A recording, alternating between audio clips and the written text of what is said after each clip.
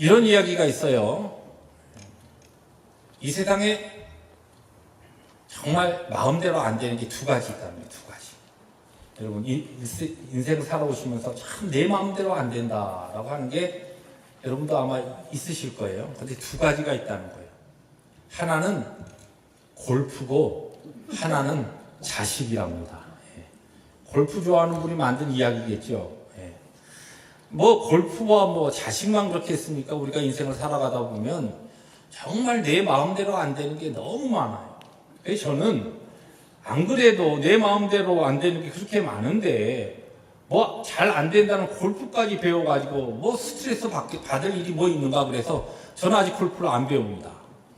그런데 정말 우리들이 자녀를 양육하고 키우다 보면 정말 자식들이 정말 내 뜻대로, 내 소망대로, 내 마음대로 잘 됐으면 좋겠는데 참 마음대로 안 되는 것이 우리의 자녀들입니다. 어떤 자녀는 그런 대로 잘 되는가 하면 어떤 자녀들은 다 잘 됐으면 어떤 자녀들은 잘 안 돼요. 자녀들이 열이 있다. 열 모두가 우리의 뜻과 우리의 소망과 꿈대로 잘 돼서 얼마나 좋겠습니까? 잘 안 됩니다. 특별히 우리가 부모로서 살아가면서 정말 어떤 부모치고 자식이 잘 되는 것을 바라지 않고 또 자식을 위해서 최선을 다하지 않고 헌신하지 않는 부모들이 어디 있습니까? 특별히 우리가 믿음을 가지고 자녀들 양육하면서 신앙을 해서 우리 자녀들이 잘 되기를 원하지만 이미 자녀를 키우고 이미 내 품에서 떠나신 부모님들도 계실 것이고 이제 막 자라는 어린 자녀들을 가진 우리의 부모들도 있는데 정말 오늘 어린이주일, 꽃주일을 맞이해서 우리 어린 자녀들을 보면서 우리의 자녀들이 정말 믿음으로 잘 되기를 원하는 우리의 신앙의 소원이 있는데 그것이 정말 보장될 수 없는 그와 같은 어려운 때를 우리들이 살아가고 있습니다. 2년 전에 이 자녀에게 물려준 신앙유산이라고 하는 책이 나왔습니다. 이 책을 쓰신 분은 3대째 걸쳐서 아주 신실한 신앙의 가정인데 그 할아버지가 신사참배를 하다가 순교를 당하셔요.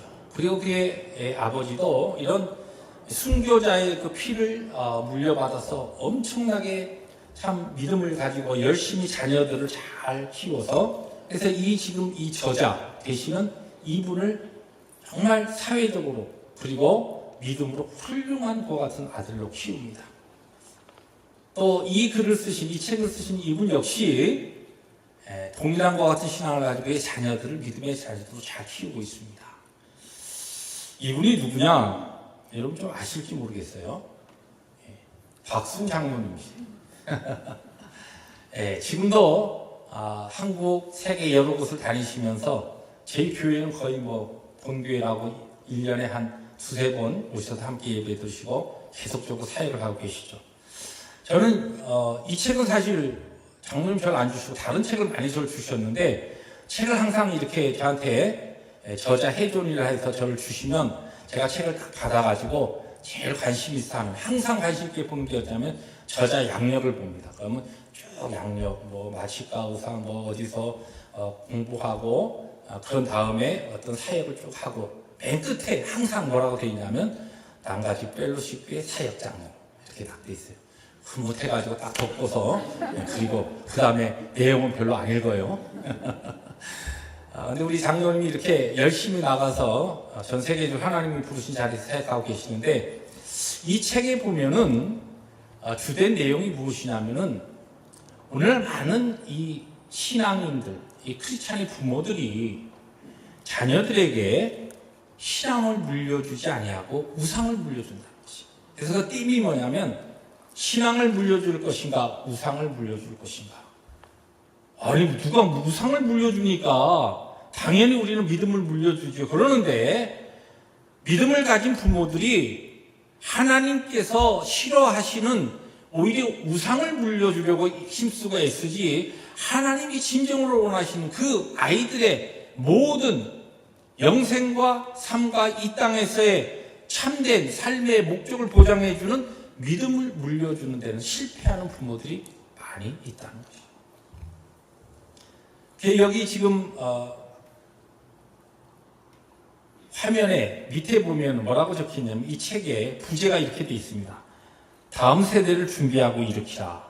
신앙을 전수하지 않으면 다음 세대에 하나님은 없다.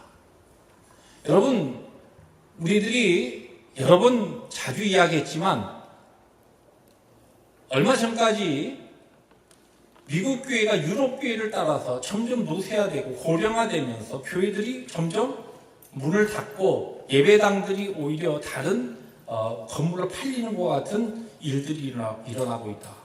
유럽 교회는 이미 그와 같은 것을 100년, 200년 전에 이미 경험했고 바로 복음적인 교회들이 거의 찾아보기 힘든 교회가 유럽입니다. 미국 교회도 총교도의 정신을 가지고 모든 세계에 복음을 위해서 힘쓰고 있습니다. 지금도 숫자적으로 볼 때는 전 세계 가장 많은 선교사를 파송하고 있는 이 미국 교회도 이미 고령화되면서 점점 교회의 젊은이들이 교회에서 사라지고 또 작은 교회들은 예배당만 덩그러니 하고 있고 오히려 제3국에 온 교회들이 그 교회를 차지하면서 미국 교회들이 문을 닫고 있는 실정입니다. 한국 교회도 세태기에 들어서서 한국에 실제적으로 많은 교회들이 주일학교가 없는 교회들이 많이 있습니다. 한국에는 주일학교가 없는 이제 농어촌 교회뿐만 아니라 서울에 세워진 많은 교회들 중에서도 어느 정도 사이즈 되는 교회는 아예 주일학교를 운영할 수가 없어서 주일학교의 시스템이 따로 없이 부모님들과 함께 그냥 예배하는 그런 교회들이 많이 있다는 것이죠. 꼭 다른 교회로 눈을 돌릴 필요 없이 우리 교회도 상당히 연령층이 많이 이미 어르신들이 많이 차지하고 있는 이와 같은 현상입니다. 우리 젊은 세대를 위해서 우리들이 이세를 세워 열방을 품는 교회라고 하는 주제를 가지고 저희들이 기도하고 있는데 정말 우리 남가지 펠로십 교회 우리들의 신앙이 우리들의 자녀 세대에 전수되어서 우리의 세컨 제너레이션이 믿음으로 서고 우리의 영어권 이 잉글리시 미니스트리가 정말 부흥하고 성장하는 것 이것 외에는 우리의 교회에 소망이 없는 것입니다. 아무리 우리의 1세대에 열심히 주님을 섬기고 하나님을 열정적으로 우리들이 위해서 선교를 세계적으로 하고 우리가 하나님 앞에서 믿음의 열정을 가지고 살았다 하더라도 우리의 자녀 세대에 교회가 그리고 복음의 역사가 그 힘을 잃어간다고 한다면 오늘 우리의 신앙의 평가는 누구를 통하여 우리의 1세대가 아니라 우리의 자녀 세대를 통하여 우리의 신앙이 평가가 되는데 어떻게 보면은 우리의 받을 그 영적 성적표가 너무나 초라한 점수가 될 것이라는 말씀입니다. 그래서 오늘 말씀을 제목을 믿음을 신앙을 우리의 자녀들에게 전수하라는 것과 같은 제목을 가지고 말씀을 함께 나누려고 합니다. 오늘 우리가 읽은 본문 시편 78편에 보면은 후대에 전하리로다라고 하는 말씀이 나옵니다. 이 후대라고 하는 것은 next generation, 다음 세대를 이야기합니다. 우리의 다음 세대에 우리가 하나님의 복음을 전하고 그 세대가 그 다음 오는 세대의 복음을 전하게 될 때에 그럴 때에 바로 우리에게 주신 하나님의 복음이 우리의 당대 그리고 그 다음 세대에서 끊어지지 아니하고 수천 대에 이르기까지 하나님의 구원의 역사가 계속되며 하나님께서 오늘 우리를 부르시고 구원받은 자로서 하나님의 영광을 위해서 살게 하시는 하나님의 그 목적과 우리를 부르신 하나님의 뜻에 맞는 그와 같은 신앙의 삶을 오늘 부르심의 자리에서 살 수 있다는 것이 바로 시편 우리가 읽은 78편의 중요한 주제입니다. 오늘 특별히 우리가 읽은 본문 말씀을 통해서 그러면 우리가 개인적으로 신앙생활을 잘 한다는 것하고 우리 다음 세대, 우리의 자녀 세대에 신앙의 이 바턴을 넘겨준다는 것하고는 사실 별개의 것인데 우리도 믿음 생활을 잘해야 하지만 그것보다 어떻게 보면 더 중요한 우리의 자녀 세대의 신앙의 바톤을 넘겨주기 위해서 오늘 특별히 시편 78편에서 무엇을 어떠한 모습으로 어떠한 자세로 우리의 신앙생활에 있어서 무엇을 우리들이 힘쓰며 애써야 하는가라고 하는 것을 세 가지 내용으로 찾아보려고 합니다. 첫 번째, 오늘 성경은 7장 10절 상반절에 보니까 우리의 자녀들을 교육함에 있어서 그들에게 소망, 그들의 꿈, 그들의 비전이 하나님이 되게 하라는 것이에요. 여러분들이 자녀를 키울 때에, 저도 어려서 그런 이야기를 부모들이 많이 물어보고 주위의 사람들이 많이 물어보지만, 너 커서 뭐 될래? 그러잖아요. 너 커서 뭐 될래? 그러면은 여러분들 뭐 된다고 하셨나요? 여러분 자녀들에게 너 커서 뭐 될래? 그랬을 때 자녀들이 내가 커서 무엇이 되기를 원한다고 그 대답을 듣기를 원하십니까? 그들의 그 고백 가운데 하나님이 있느냐는 것이에요. 내가 커서, 내가 자라서, 내가 성인이 되어서 내 삶의 목적이 하나님께 있다라고 하는, 내 소망이 하나님께 있다, 꿈과 내 삶의 방향이 하나님께 있다라고 하는 그 중요한 신앙의 고백이 여러분의 자녀에게 있습니까? 우리가 이것을 심어주지 아니하면 우리의 자녀들이 절대로 믿음에 있어서 믿음의 자리, 신앙생활의 자리에 머물러 있을 수가 없다는 것입니다. 교회 생활하고 함께 교회를 다니면서, 우리가 교회 생활하기 때문에 자녀들 주일학교에 넣어놓고 중고등부에 넣어놓고 나중에 그들이 머리가 크면 이제 대학을 하면 다른 데로 가버리죠. 저희 교회에 그래도 참 소망이 있는 것은 저희 교회에서 자란 주일학교와 그리고 중고등부에서 자란 아이들이 교회에 남아있기 위해서, 교회가 좋아서 다른 데로 가지 아니하고 가까운 대학으로 지원하는 것을 보면서 우리 교회에는 소망이 있다, 저는 그런 생각을 합니다. 그렇게 하나님께서 우리의 EM 미니스트리와 우리 세컨 제너레이션에 은혜를 주셔서 정말 하나님이 원하시는 순수하고 진리를 지키는 것 같은 교회로 우리 자녀 세대를 세워주실 줄로 믿습니다. 근데 중요한 것은 여러분의 자녀들이 정말 하나님께 소망을 두고 있느냐는 것입니다. 이 소망을 하나님께 둔다라고 하는 것은 그들의 꿈과 비전이 하나님께 있다는 것이에요. 여러분들의 자녀들이 커서 어떤 사람이 되길 원하십니까? 일부에도 이 이야기를 우리 나누었습니다만, 어떤 교회 장모님이 계시는데 아들이 셋이 있었다고. 큰 아들이 엄청나게 머리가 비상한 거예요. 둘째 아들은 머리는 뭐 그런 대로 비상하지는 않는데 노력파예요. 근데 셋째 아들은 머리도 별로 안 좋고 공부도 열심히 안 해요. 한 번은 목사님하고 담임 목사님하고 딱 앉아서 얘기를 하다가 장모님이 우리 아들 셋이 있는데 아무래도 큰 놈이 막 머리가 비상하고 하나를 배우면 열을 깨치는 거 보니까 얘는 나중에 커서 판사, 변호사를 만들어야 될 것 같아요. 그래요? 좋은 일이죠. 목사님이. 둘째 아들은 뭐 머리는 첫째 아들처럼 그렇게 뛰어나지는 않는데 얘는 엉덩이가 무거워가지고 앉아서 공부를 하면 막 10시간 이상씩 꼼짝도 안 하고 합니다. 얘는 커서 의사가 되면 좋을 것 같아요. 의대를 보내라 그럽니다. 그래요. 셋째 이놈은 우리 집안에 돌연변인지 머리도 안 좋고 공부도 열심히 안 하고. 그래서 얘는 나중에 신학교 보내갖고 목사 만들려고 그런다. 목사님 열이 팍 나가지고, 그래요? 장로님? 근데 이상하네요. 왜 장로님, 부친께서는 우리 장로님을 신학교에 안 보내셨나요? 그랬다는 얘기가 있어요. 장군, 멍군 주고받는 거예요. 여러분 자녀가 무엇 되기를 원하셔요? 목사 된다 그러면 할렐루야 그러시겠어요? 뭐 할 게 없어 갖고 안 돼. 우리 교회 그 왕 목사 보니까 어쩌자고 아무 생각 없이 그냥 목회한다고 들어왔고 저렇게 안 돼. 나중에 다른 할 거 많으니까 하나님 영광에 살 게 많이 있잖아. 여러분 자녀들을 어떻게 여러분들이 가이드하고 그들을 안내하고 있습니까? 네덜란드 신학자인, 여러분 우리가 잘 아는 토마스 아켄피스라고 하는 이분이 그리스도를 본받아 참 너무나 유명한 좋은 책을 썼는데, 이분이 이런 얘기를 했어요. 그리스도인의 목적은 하나님을 신뢰하고 그분께 소망을 두는 것이다. 이 삶의 목적, 그리스도인, 우리 신앙인과 불신앙인과의 차이가 무엇이냐면, 신앙인의 삶의 목적은 하나님을 믿고 그분께 소망을 두는, 다시 말해서 내 삶의 목적, 내가 왜 사느냐, 그것이 오직 하나님께 소망을 두고 살아가는 것이다.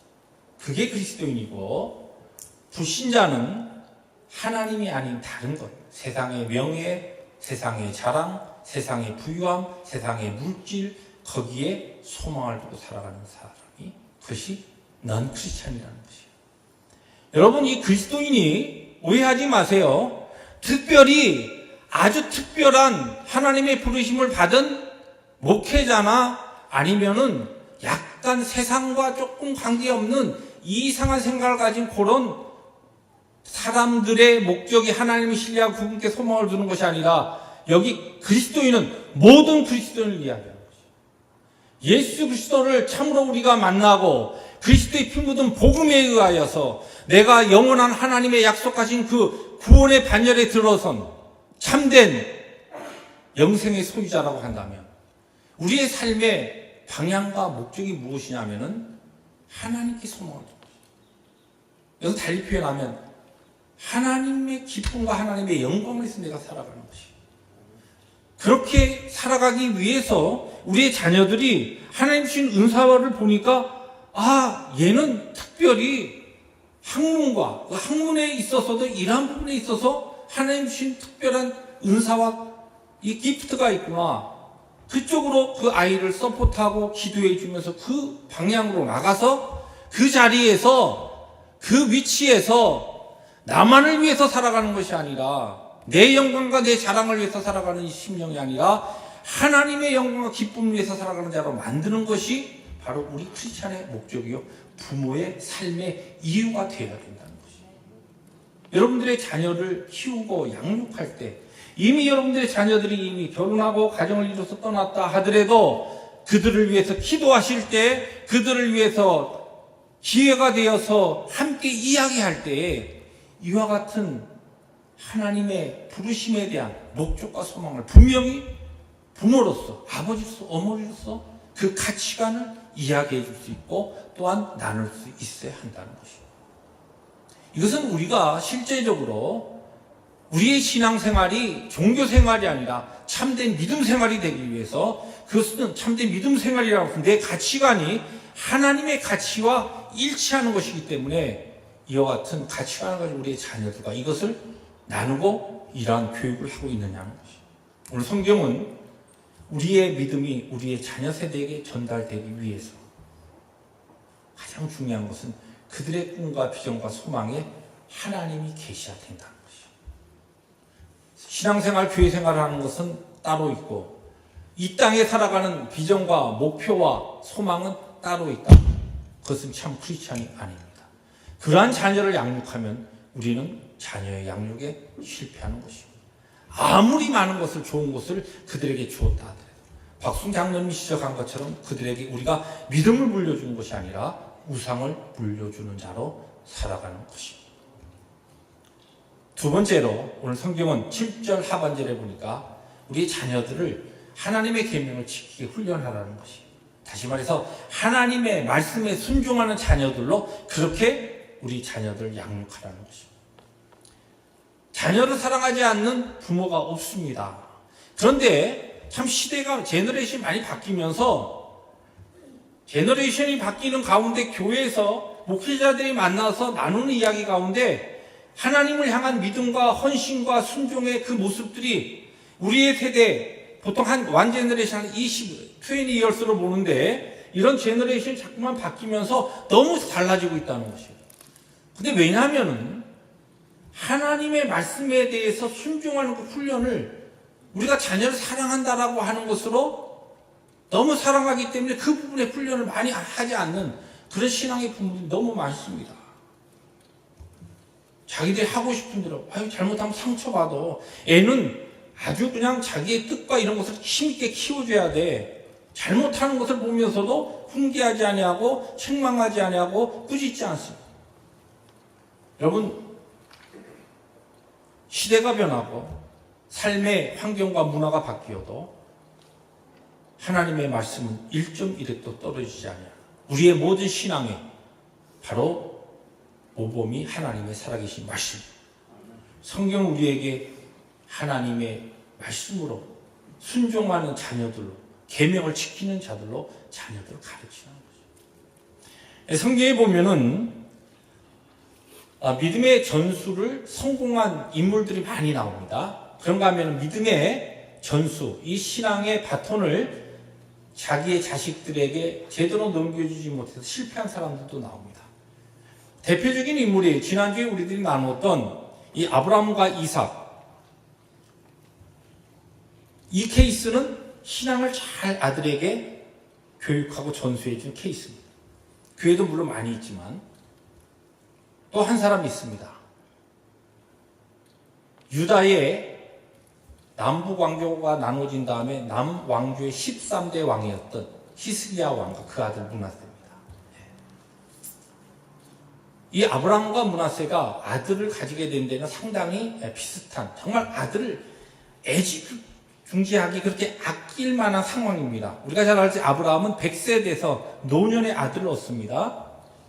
물론 이스마엘 그 이전에 언약의 자녀가 아닌 아들도 있었지만은 그 이후에도 물론 또 있습니다. 그러나 하나님의 언약의 자녀로서만 하나님이 주신, 사라를 통해서 주신 것은 이삭이에요.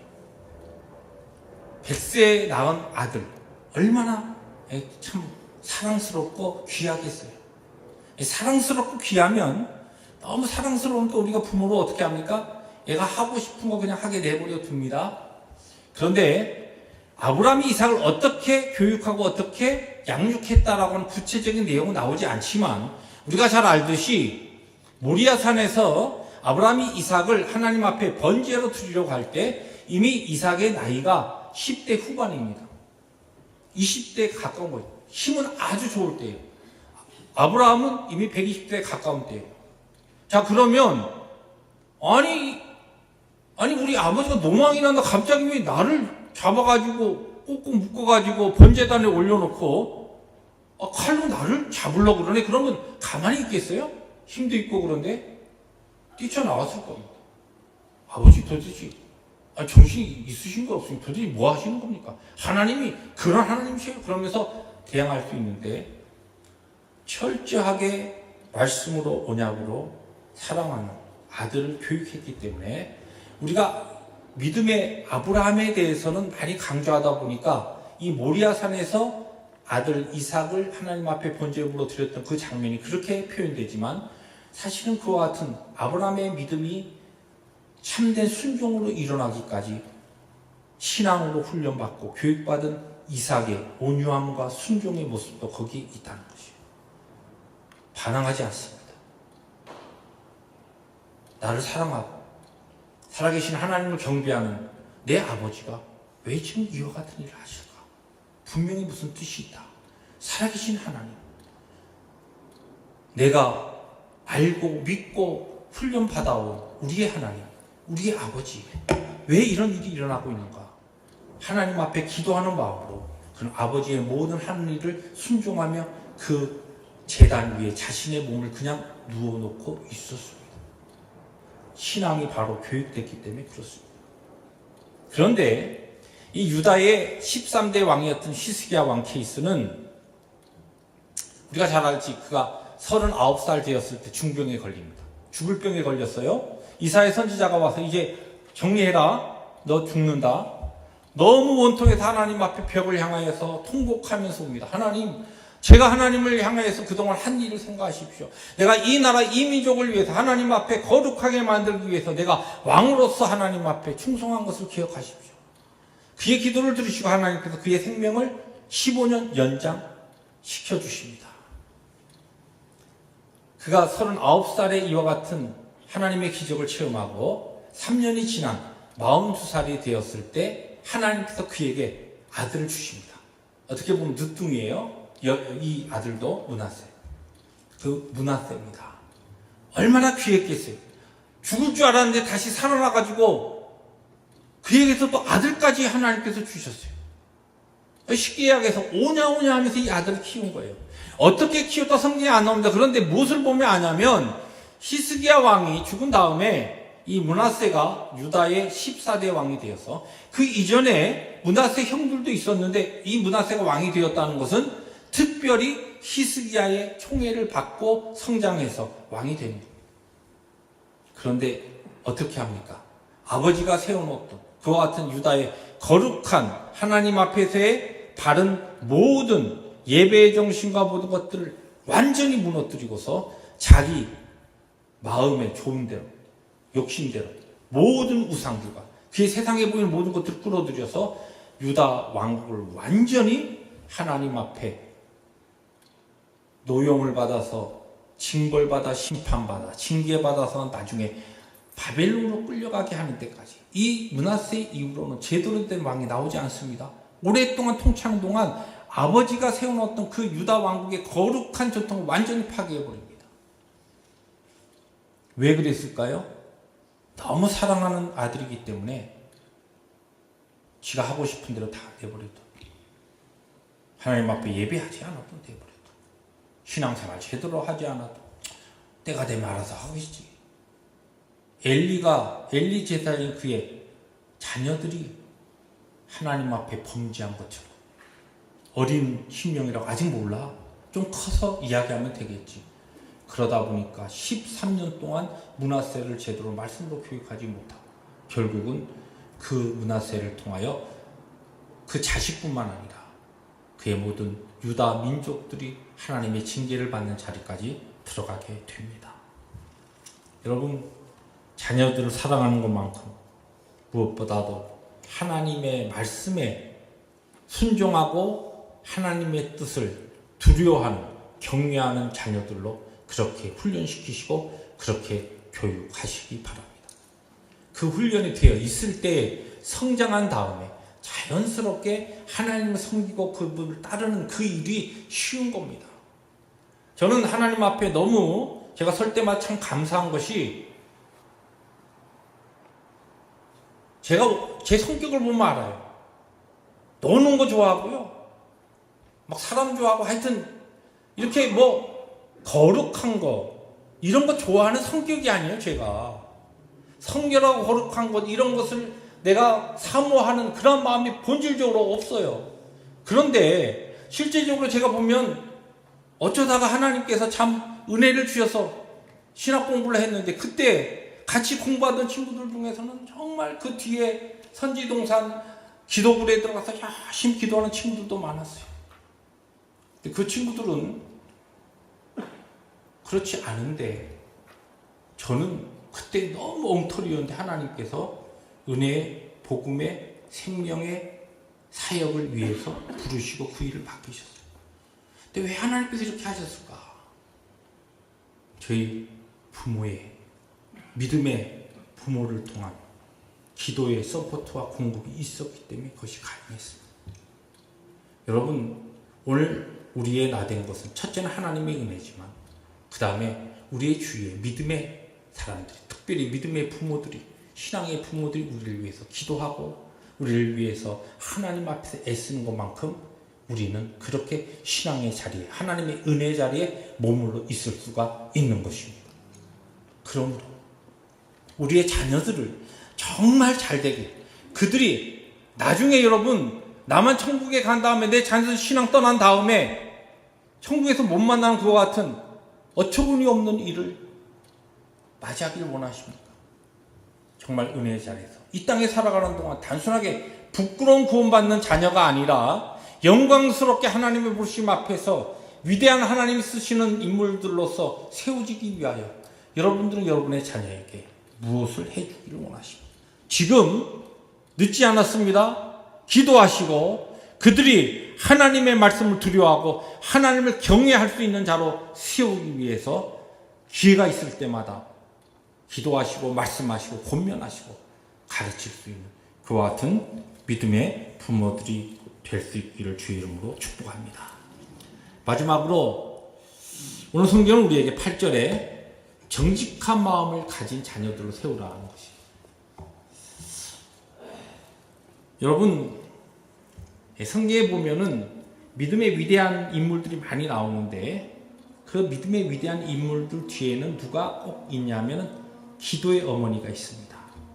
예를 들어 모세, 그 뒤에는 누가 있습니까? 요게벳이라고 하는 바로의 궁정에 들어가서 어머니의 신분이 아니라 산모의 신분으로서, 유모의 신분으로서 이 모세를 말씀으로 양육한 요게벳으로 인하여서 모세가 믿음의 사람으로 세워집니다. 우리가 잘 아는 사무엘, 마지막 이스라엘의 사사였으면서 첫 번째 선지자였던 사무엘, 믿음의 위대한 그 사무엘을 세워가는 데는 눈물의 기도의 어머니 한나가 있었습니다. 교회 역사를 보면은 요한 웨슬레 같은 이 신실한 주의 종을 세워 나가는 그 뒤에는 누가 있었냐면 수산나라고 하는 그 신실한 어머니가 있었어요. 우리가 잘 아는 성 어거스틴, 그가 완전히 방탕한 만이귀에 빠져갖고 방탕한 것 같은 삶이 있었을 때 그 아들을 가장 중세 최고의 바른 신학자, 교부로 세울 수 있었던 것은 눈물의 어머니였던 모니카의 기도가 있었습니다. 근데 성경에 우리가 또 잘 아는 사도 바울에게 사역에 있어서 가장 믿음의 아들이면서 정말 힘이 되었던 한 인물이 있습니다. 우리가 잘 아는 디모데입니다. 디모데후서 1장 5절에 보면 이런 말씀이 나와요. 함께 읽습니다. 시작. 이는 내 속에 거짓이 없는 믿음이 있음을 생각합니다. 이 믿음은 먼저 너희 외조모 로이스와 너희 어머니 유니게 속에 있더니 너희 속에도 있는 줄을 확신하노라. 지금 이 디모데 케이스는 좀 특별한 케이스입니다. 그의 외할머니 로이스에게 거짓 없는 믿음이 있었고 그 믿음이 전수되어서 그의 어머니 유니게 속에 있다가 이것이 그의 아들 디모데에게 믿음이 전수된 것이에요. 왜 이 지금 디모데를 소개하냐면은 디모데의 아버지는 누구냐? 여러분 누구신지 아세요? 성경에 딱 한 번 기록 나옵니다. 사도행전 16장 1절. 바울이 더베와 루스드라에도 이름에 거기에 디모데라 하는 제자가 있으니 그의 어머니는 믿는 유대 여자요 아버지는 헬라인이다. 잘 보세요. 어머니는 믿음의 사람, 크리스찬, 믿음의 그런데 유대 여자였고 아버지는 헬라인은 그 당시 그리스인이에요. 그러니까 이방인입니다. 근데 여기에 그럼 믿는 헬라인이라 이러지 않았어요? 그냥 헬라인이라고 그랬어요. 안 믿었다. 불신자였어요. 불신자인 아버지의 그러나 믿음의 신실한 깨끗한 정직한 믿음을 가졌던 청결한 믿음을 가졌던 그의 어머니 유니게로 인하여 디모데의 믿음이 생겨난 겁니다. 저는 이민 목회를 하면서 참 힘들고 외롭게 많이 자녀들과 함께 눈물의 기도를 드리는 우리 믿음의 어머니들 많이 봅니다. 여러분 절망하지 마십시오. 좌절하지 마십시오. 여러분의 하나님 앞에서의 그 기도가 디모데 같은 위대한 신앙의 사람들을 만들 겁니다. 아버지가 믿음이 없다 하더라도 불신자 헬라인이었던 디모데의 아버지였지만 그 어머니의 청결한 믿음으로 인하여 디모데 같은 이 디모데는 사도 바울의 사역에 있어서 가장 어떻게 보면은 신실하면서도 마지막 그가 노후에 가장 찾았던 그와 같은 사람이 누구냐면 가장 가까이 있기 원했던 사람이 디모데였어요. 그것만큼 사도 바울의 초대교회를 어떻게 초석이 되었던 이 사도 바울의 사역에 어떻게 보면 가장 큰 위로와 힘이 되었던 믿음의 사람이 디모데입니다. 믿음의 아들이면서 그와 같은 파워가 있었다는 것입니다. 그것은 달리 표현하면 초대교회에 있어서 그 놀라운 그리스도의 교회가 세워지는 데 있어서 디모데의 역할은 그것만큼 컸다는 겁니다. 그 디모데 신앙을 누가 만들어냈습니까? 그의 어머니가 만들어낸 것이에요. 기도하는 어머니가 왜 중요한지 아십니까? 기도의 어머니의 그 눈물은 하나님께서 절대 외면치 않으십니다. 힘들고 어려운 환경 가운데서도 여러분의 자녀를 위해서, 그의 신앙을 위해서, 그가 하나님 앞에 정말 믿음으로 세워지기 위해서 우리의 신앙의 어머니들에게 맡기신 하나님의 사명이 있다고 한다면 바로 내 자녀에게, 내 아들에게 그들의 심령에 청결한 정직한 마음 주시옵소서. 그 바로 기도의 제목인 것입니다. 사랑하는 성도 여러분, 가정의 달을 맞이해서 우리 첫 주일인 꽃주일, 어린이 주일입니다. 우리 교회는 우리의 믿음의 자녀들이 교회에 있습니다. 정말 우리 교회가 이세를 세워 열방을 품는 교회가 되기를 원합니다. 저는 지금도 하나님 앞에 기도하며 힘들고 어려울 때에 장차 하나님께서 이 교회를 통하여 이루실 우리의 자녀 세대와 우리의 EM 미니스트리와 우리의 주일학교와 중고등부와 칼리지 그룹과 청년부를 통하여 그리고 그들이 이 믿음의 공동체 안에서 아름다운 거룩한 가정들을 이루면서 그들을 통하여 피어나는 많은 수많은 아름다운 자녀들, 우리의 후손들을 우리는 꿈꿉니다. 그들을 통하여 어두워져가는 이 시대에 하나님께서 쓰실 영광스러운 그 거룩한 교회가 세워질 것입니다. 만약 우리 펠로십 교회가 그러한 교회로 우리의 믿음을 우리의 자녀 세대에게, 우리의 후손들에게 전수할 수 있다고 한다면, 오늘 우리의 삶이 힘들고 어려워도, 우리의 삶이 때에 따라 어렵고 힘든 환경으로 인하여 넘어지고 우리들이 구겨져도 우리는 하나님 앞에 넉넉하게 기뻐할 수 있고 감사할 수 있고 그분을 예배할 수 있고 그분을 경배할 수가 있습니다. 왜요? 우리의 자손에게 하나님의 거룩한 믿음의 그 젖줄기가 우리를 통하여 흐르며 그들을 통하여 더 왕성하게 하나님의 역사가 일어날 것이기 때문에 그렇습니다. 여러분의 육신의 자녀들을 위해서 먼저 기도하시고 우리의 믿음의 자녀들을 위해서 우리의 EM 미니스트리와 우리의 다음 세대를 위해서 기도로, 물질로, 우리의 은사로 모든 것으로 협력하고 후원하는 우리 펠로십 교회 될 수 있기를 주의 이름으로 축복합니다. 기도하십니다.